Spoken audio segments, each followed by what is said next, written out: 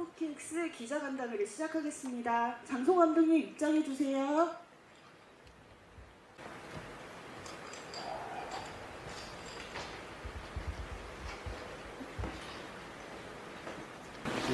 네, 안녕하세요. 티몬킹스의 제작, 각본, 감독을 맡은 장송호라고 합니다. 반갑습니다. 네, 제가 이제 이 작품 기획할 때 북미 시장을 타겟으로 했고, 그래서 미국 개봉을 이제 먼저 진행을 했습니다. 근데 이제 드디어 모국인 한국에서 이제 개봉을 하게 돼서 사실 이제 뭐라고 할까요? 제가 이렇게 그 목회자 시사를 몇 번 하긴 했습니다. 근데 일반 시사라고 볼 수 있는 시사가 처음이라서 굉장히 많이 긴장되고 영화를 어떻게 보셨을지 궁금하기도 하고 그렇습니다. 네. 저는 물론 이제 소재가 예수라는 인물을 다루고 있기 때문에 종교적인 소재로 비춰져서 이제 특정 종교인들의 반응만 있을 거 아니냐 이런 이제 일반적인 우려들이 분명히 있으셨는데 미국에서는 전혀 그렇지 않았고요. 일반적인 관객들의 반응이 굉장히 좋았습니다. 그래서 특히 제가 되게 감사했던 게 이제 로튼 지수가 98% 나오고 시네마스코어에서 이제 A뿔을 받았는데 사실 보편적 사랑에 대한 이야기고 가족의 이야기이기도 했기 때문에 그래서 아마 반응이 좋았던 거라고 저는 생각을 합니다. 한국에서도 저는 그렇게 되기를 바라고 있고요. 그리고 캐스팅 질문 주셨는데 제가 이상할 정도로 캐스팅 운이 되게 좋은 것 같아요. 헐리우드에서도 굉장히 놀라운 배우들이 캐스팅이 됐죠.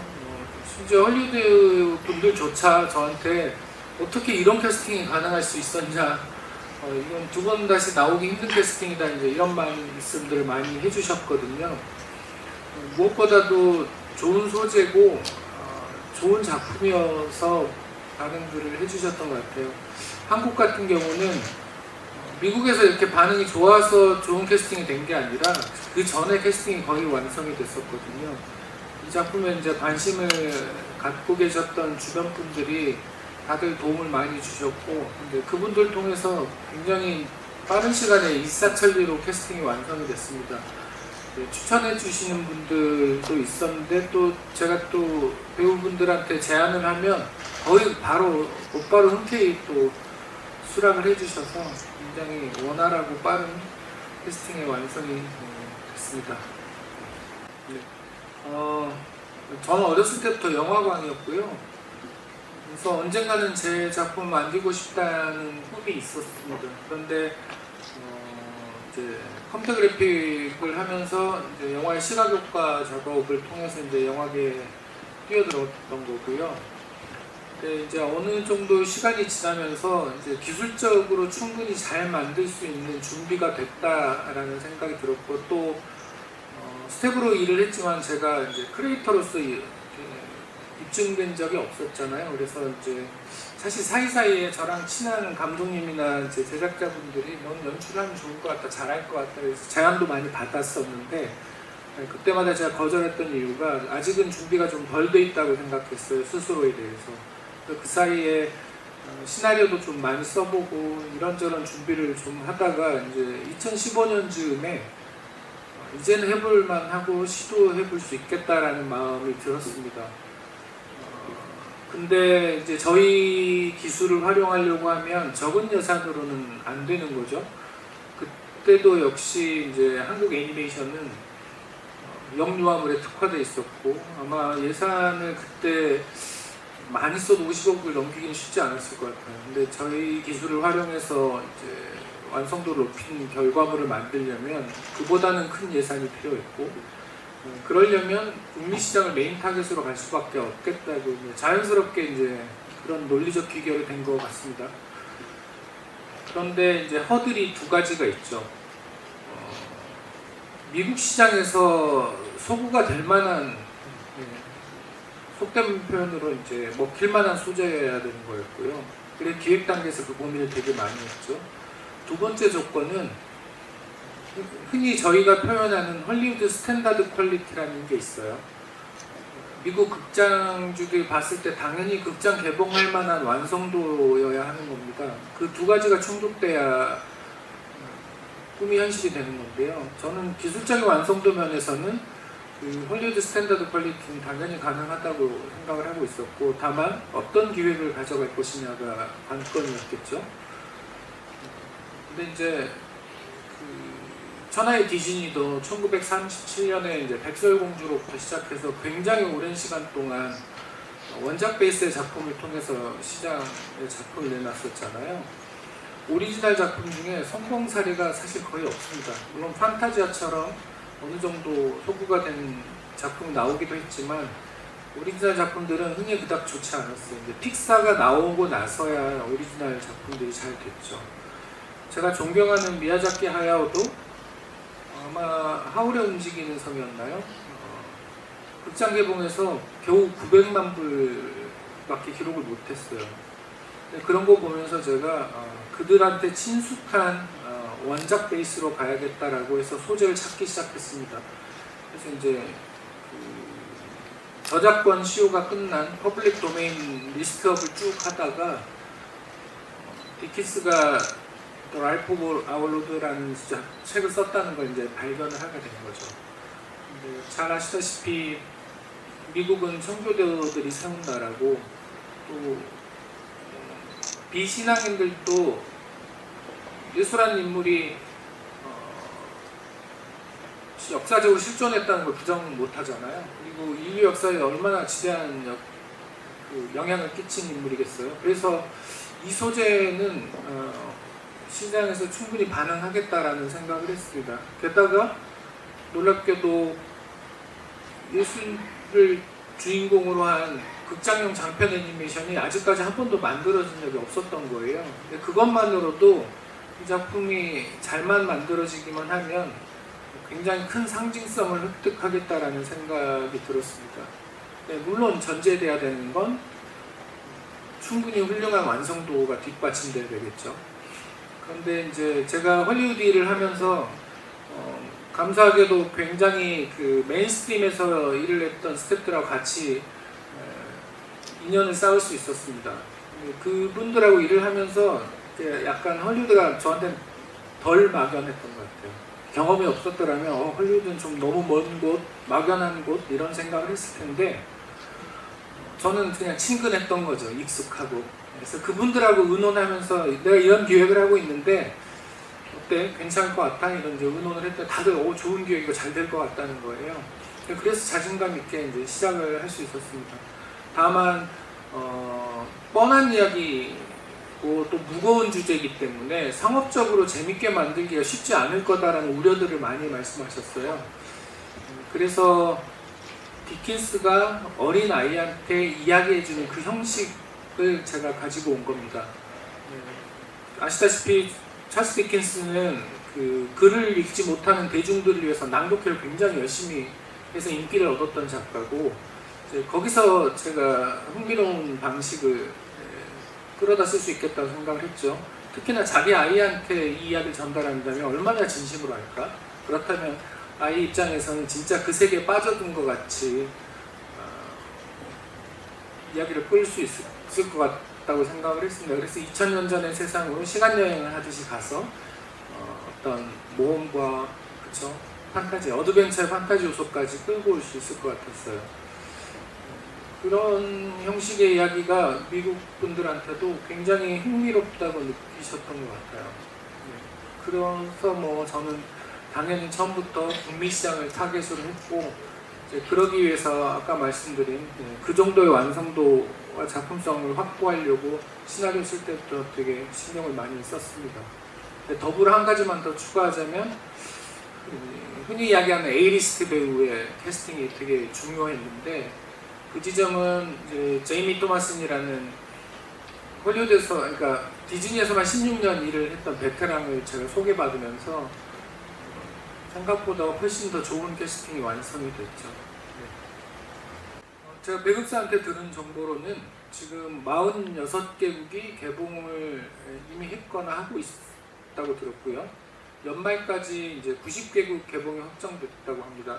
특히 크리스마스 시즌에 이제 비영어권 국가들이 주로 개봉을 하는 것 같아요. 그리고 협의 중인 국가들까지 다 포함하면 총 120개국 개봉을 하게 될 것 같습니다. 근데 제가 들은 바로는 유례 없는 기록일 거라고 하네요. 이게 다 되면. 사실 예수님 이야기는요, 이제 교회 다니시거나 공부를 좀 해보신 분들은 잘 아시겠지만 되게 어려운 이야기이기도 합니다.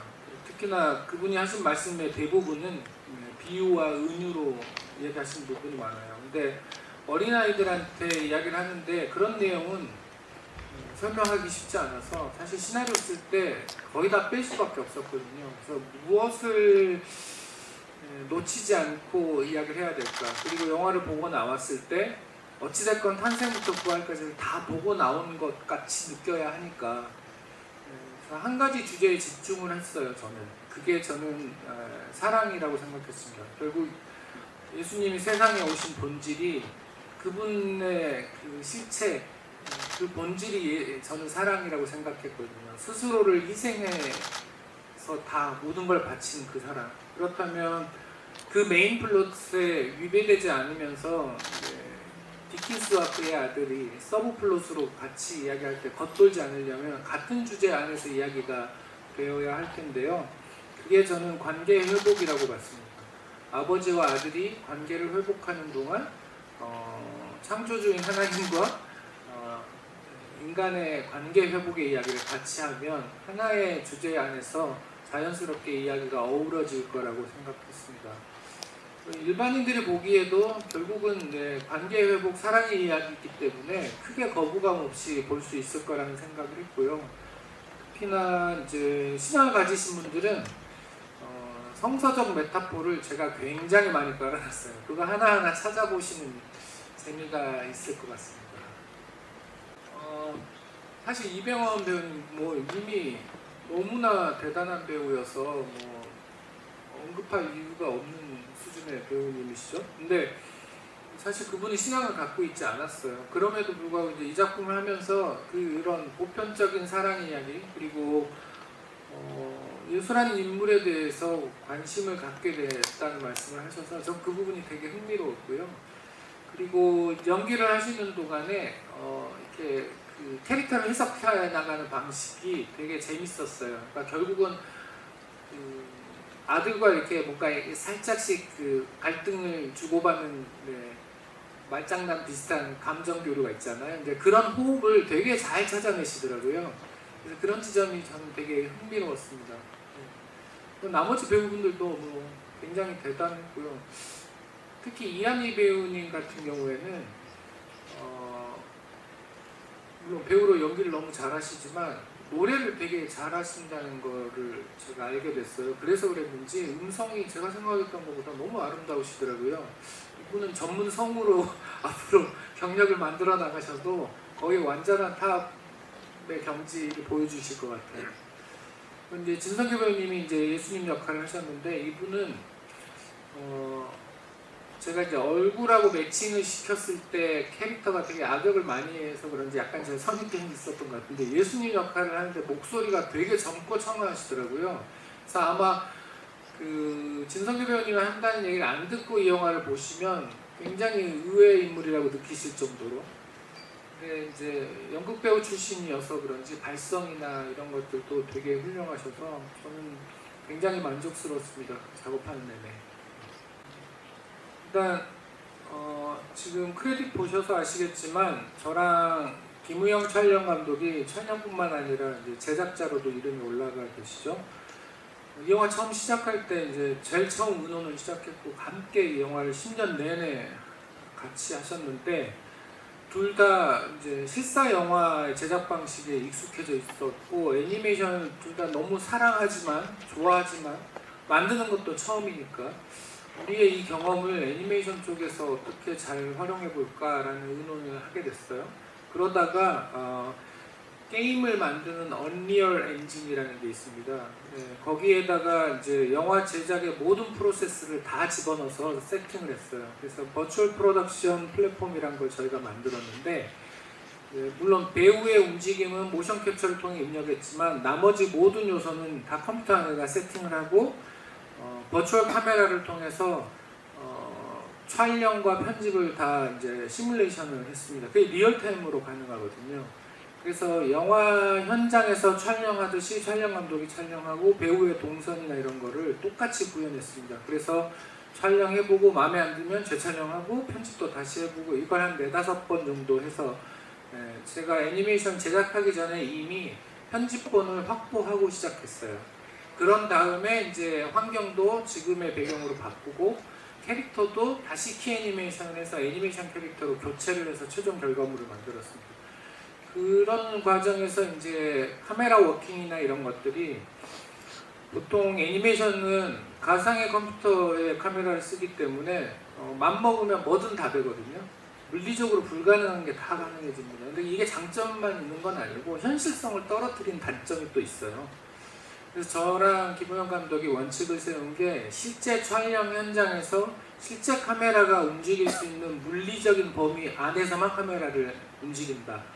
그래서 저희는 진짜 공간에 진짜 카메라가 움직입니다. 그리고 라이팅도 실제 영화 현장처럼 라이팅 설계를 다 했어요.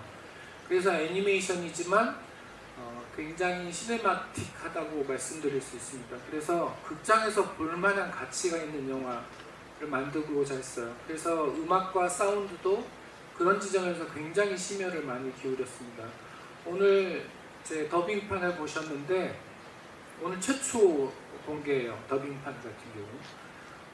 더빙판 작업을 저희가 이제 호주에서 사운드 작업을 한 달에 걸쳐서 했는데 애니메이션 더빙판을 한 달 넘게 그것도 호주 가서 하는 경우는 아마 최초의 사례일 거예요.